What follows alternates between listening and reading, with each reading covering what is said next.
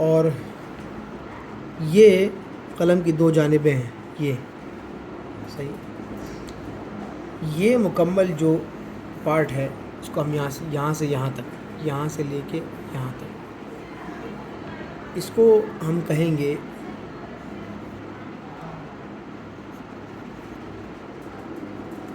जिल्फ़ा। ये कलम का जिल्फ़ा होता है। अब कलम मेरे पास यहाँ मौजूद है और मैं इसको मिसाल के तौर पे मिसाल देने के लिए बनाने लगा हूँ, तो मुझे किन चीज़ों की रियायत करनी पड़ेगी। सबसे पहले कलम बहुत ज़्यादा लंबा ना हो, बहुत ज़्यादा छोटा ना हो। वैसे उमूमन कलम का साइज़ जो है वो इतना रहेगा, तो एक बालिश से थोड़ा ज़्यादा रहेगा। और उसको तराशते वक्त हमें इस बात का ख़्याल रखना होगा कि जैसे कि ये जो जिल्फ़ा है वो मेरे अंगूठे के साइज़ के बराबर हो। जैसे कि ये मेरा कलम है, इसका जो जिल्फ़ा है वो इतना हो। देखिए ये मेरा पूरा जहाँ ख़त्म ये हो रहा है, ये लाइन, ये मेरा जिल्फ़ा छोटा है। चूँकि मैं ये आम कलम है, आदी कलम है, इससे मैं मशक़ कर रहा हूँ, तो मुझे इस बात का इतना ज़रूरत मैंने महसूस नहीं की। अलबत्ता ये इसकी लंबाई यहाँ तक होनी चाहिए। अब मैं क्या करूँगा कि मैं इसको इतना खाली करूँगा इस जगह से कि इसकी लंबाई मेरे पूरे के मुताबिक हो जाए, मेरे इब्हाम, मेरे अंगूठे के मुताबिक हो जाए। बिस्मिल्लाहिर्रहमानिर्रहीम। ये कटर है, इसको भी तराशने का एक तरीक़ा है, और वो क्या है कि मैंने कलम को रखा है ऐसे, कटर के ऊपर कलम को रखा है ऐसे, सही, और अपने इस उल्टे हाथ के अंगूठे से सीधे हाथ के अंगूठे पे ऐसे फोर्स किया, यूँ।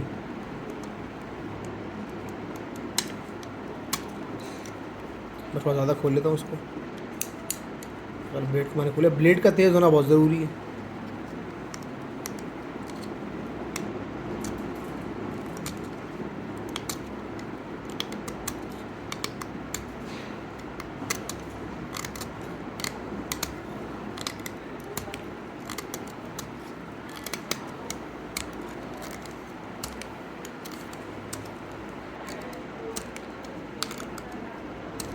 इस बात का ख्याल रखना बहुत ज़रूरी है कि हमने फ़ोर्स देने का तरीक़ा ये जो मैं आपको बता रहा हूँ, इस वाले अंगूठे से इस वाले अंगूठे पे हमने ज़ोर देना है, और अच्छा ब्लेड होना चाहिए जिसकी धारी ज़्यादा तेज़ हो।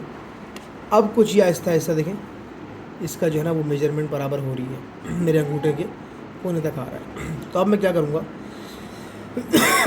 जब मैं बादाम से फ़ारिग हो गया तो अब मैं इसकी साइडों को सेट करूँगा ऐसे आहिस्ता आहिस्ता आहिस्ता, हल्के नरम नरम हाथों से।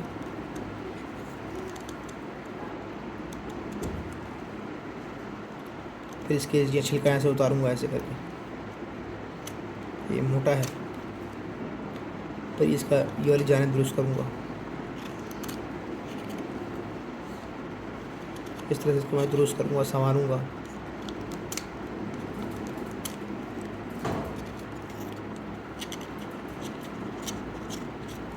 इस पर स्याही लगी हुई, इसको उतार रहा हूँ मैं।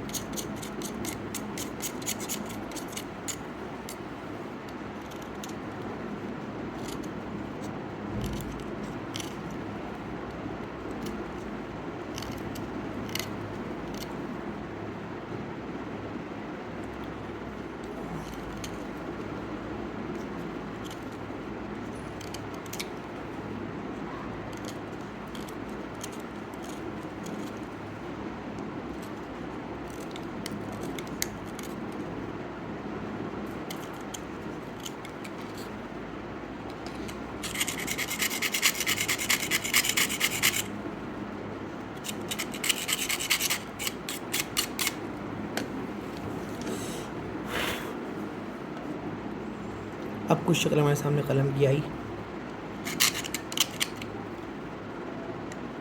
मैं बराबर करूँगा,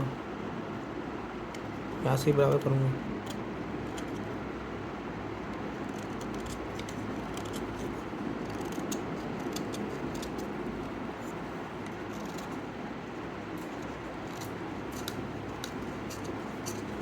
हालांकि कलम बनाने की जो मश्क है उसमें ये ऐसे अक़लाम इस्तेमाल नहीं होते। वो एक पैकेट में मिलते हैं, नरकल बोलते हैं उसको, वो ग़ालिबन 100 रुपये का पैकेट होता है, उसमें कोई 40-50 कलम होते हैं, हल्की लकड़ी होती है बहुत, वो इसीलिए इस्तेमाल की जाती है।